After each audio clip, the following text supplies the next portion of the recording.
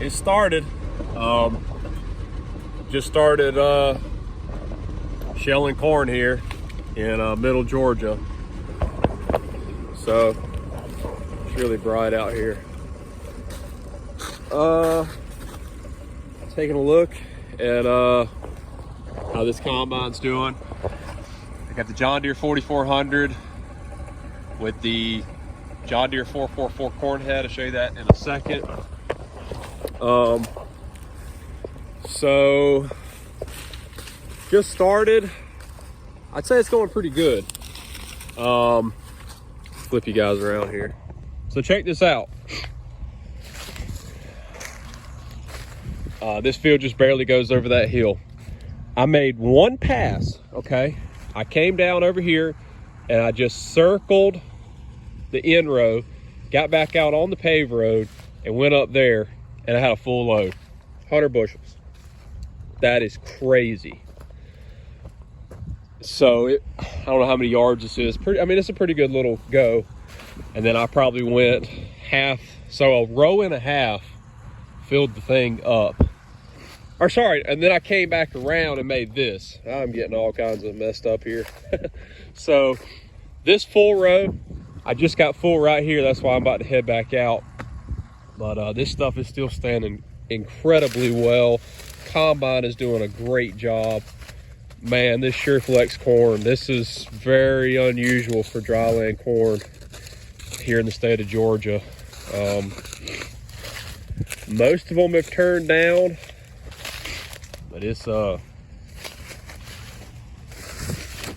just beautiful out here today. Nice October Saturday. Currently selling it for deer corn, and I'm getting around, I think I'm getting about $6.42 a bushel for this stuff, which is actually what the local market is right now. It's very high, probably the highest we've had in a while. Look at that ear. Goodness gracious, that is a big ear.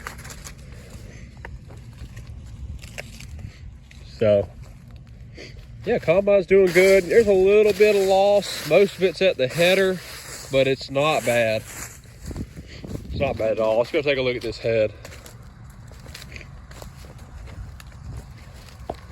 So this is a John Deere 444 corn head. I'm actually borrowing this header from a farmer. I wanted to buy it. He's thinking about it. I hope he sells it. The funny thing about this head is it was not run for 20 years before I hooked up to it. 20. And I did about a day's worth of maintenance on it. And she's running like a top right now. So here it is. So far everything's good.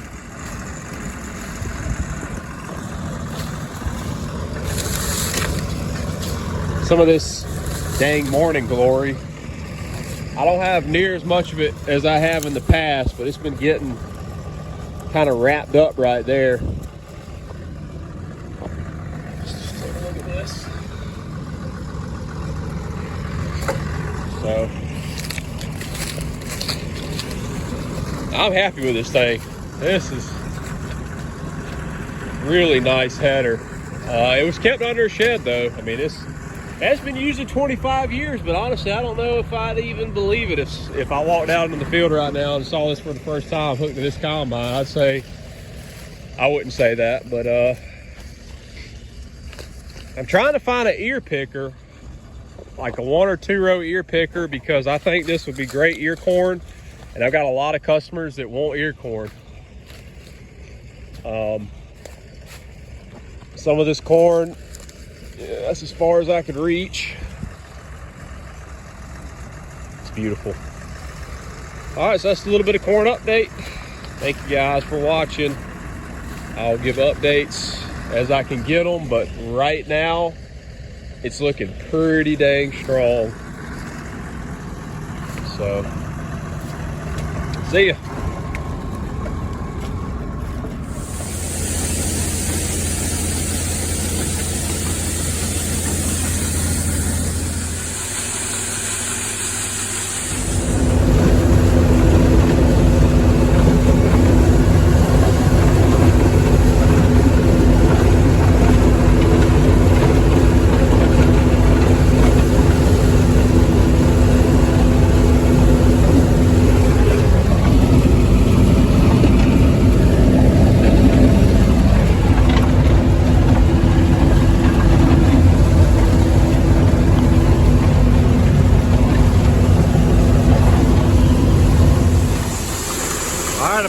corn in the bin.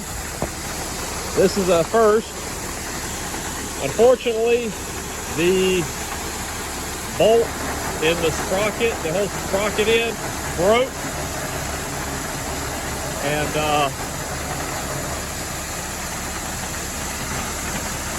it also broke a bunch of teeth off the sprocket as well. So get the new sprocket and all, and for that, until then I had to put it in this hole, or the side hole instead of the top one. So I think I put 4 loads in here, and just each load I kind of got to go into the door and just kind of move it over. So it's a hassle, it sucks, but working pretty good.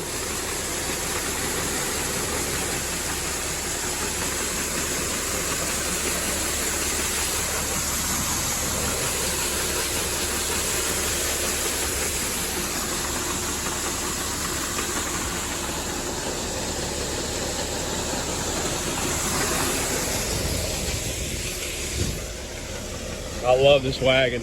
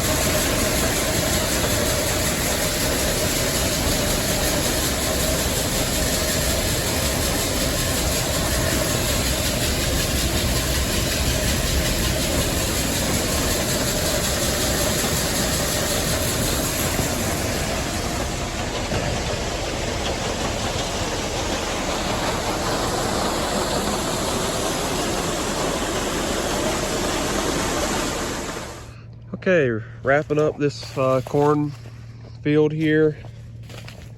It's taken quite a while, a lot of hauling with the wagon that I have. Putting it in the bin, it's been a lot. Well, I'm also selling to deer hunters, so they've been coming in extremely fast, wanting corn. So between that and hauling the grain, putting it in the bin, it's taking me a while to get this corn crop in, but no problem at all. I got a dead battery, got a pretty good load that I'm about to dump on the wagon. Beautiful, beautiful October day here in middle Georgia. There's nothing better. I mean, I don't know that there's not a crop. I got to get that tarp. Had that tarp on the combine the other night when it was raining. There's nothing prettier, in my opinion, than a harvested corn. Well, there's nothing prettier than a standing cornfield or a harvested cornfield. It's just gorgeous. I can't really, off the top of my head, think of any crop that after it's harvested still looks, you know, as pretty as this. But so yes, the straw chopper is not on the combine. I should have put it on there. Good bit of material, so it's all in this middle row. Probably should have put it on. Honestly, I just got out here and forgot about it. I made the first pass and I was like, oh boy, forgot to put on the straw chopper. But you know, it's not the end of the world. But yeah, I probably should have had it on. So this is all I got. Is from here to that tree line there. The corn, look how good this dual, this dual Magnum did, or S Metallicor. Not a lick of grass in here. I got a bunch of like bunch of winter annuals getting going here. Chickweed, henbit, actually some clover. So this is definitely some very, very healthy soil, but gosh, it's just so cool to see that dual do such a good job. It's just so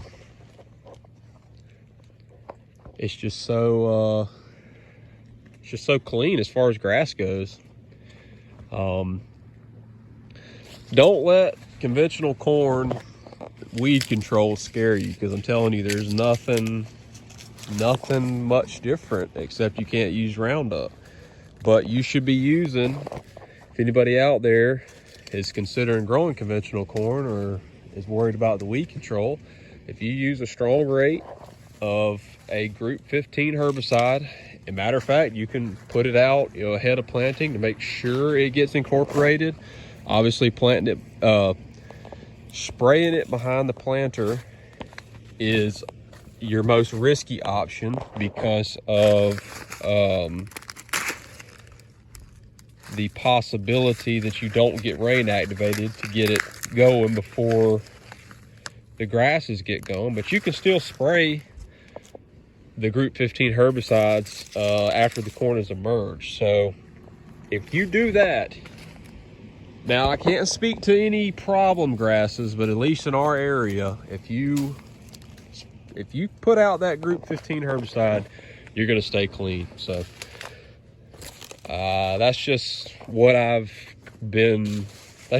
seen. And it costs, well, last year it cost $10, $10.50 an acre.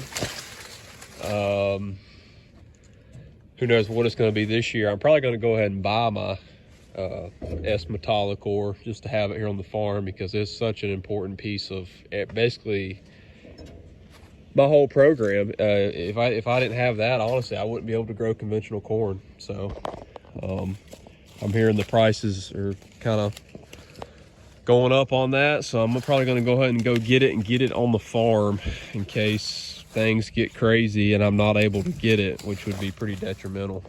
So all right, I'm about to fire this baby up and get back to it. I'm not sure how many more loads is going to be out here. It's kind of a shorter field now that the wood line's out.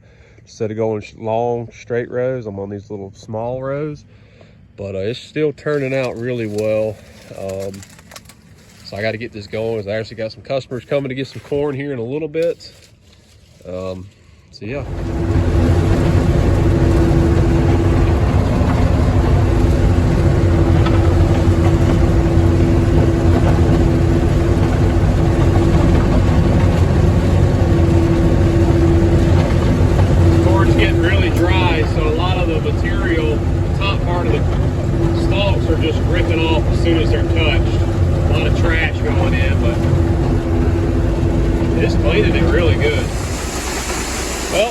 Made it. Last load, just going in the bin. Yeah, I made a mess. The little strings that I had propping that up broke. But that's all right. I'm gonna turn the cows in here, they'll clean it up.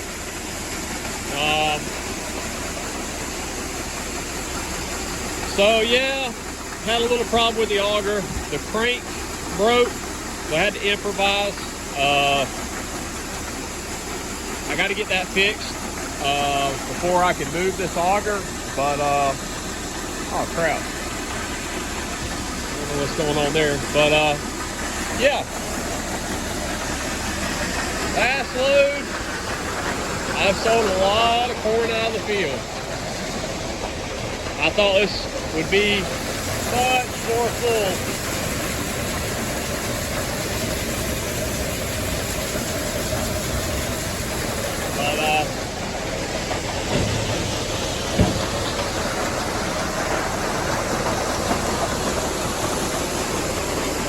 Is what it is. Doesn't matter. I mean, I sold it. Sunset today. Really nice.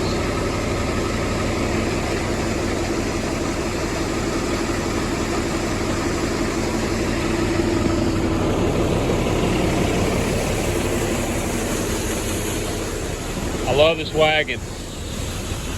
Just got to put 3 of these on. Had a blowout. Had to get this one. It's a 12-ply Carlisle. I'm going to get them on this other. I'm going to get 3 more so that I can really haul some bushels. Oh, forgot the bucket in there.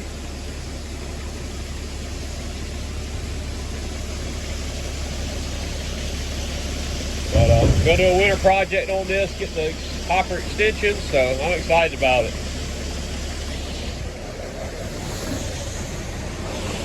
That's all this little Toyota wants, actually. Almost, I don't know, I'm probably putting 80 bushels, 75 or 80 bushels on here, and sometimes it feels like that Toyota struggle a little bit.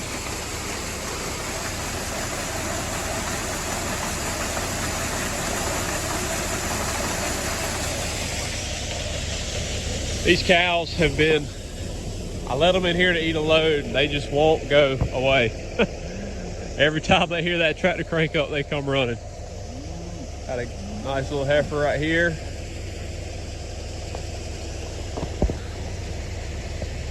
Got to dehorn him. Got to dehorn her.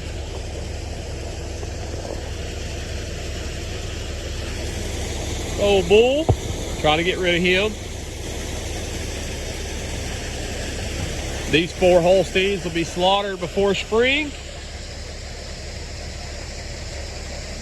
Got a few little calves. Got a pretty nice one over the hill right there, and another one in the bottom, drinking off his mama. She's getting pulled down. It's probably the nicest calf out here, but she's getting pulled down, so try to see what I can do to get her a little better.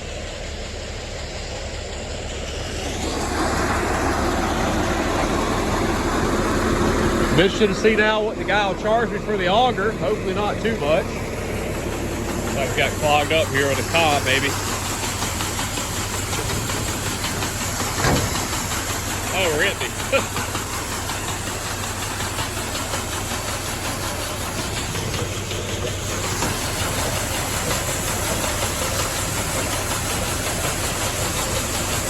That's it.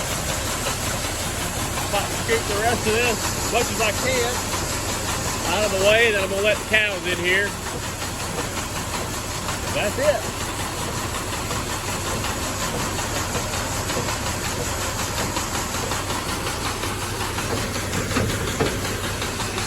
Big lube on this.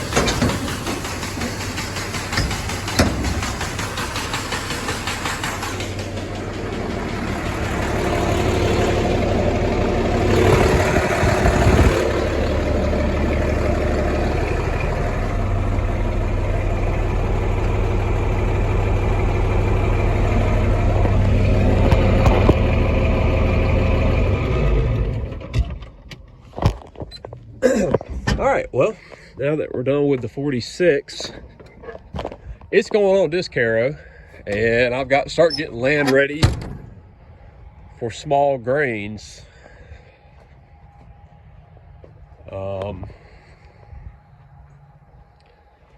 It's getting that time. Matter of fact, I'm actually behind schedule on that. Got to do some bearing replacements.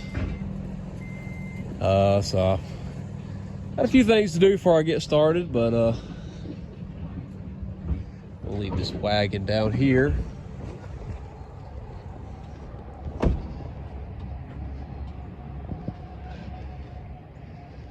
All right, I'm about to, well, I forgot to shovel the excess, but probably just gonna let these cows in here. So thanks for watching. Not sure if this will be the end of the video, start of a video, or whatever, but that is the first fall I've ever used a grain auger, and I can say I like it. Very handy, and so lots of improvements from here. So we'll keep on going.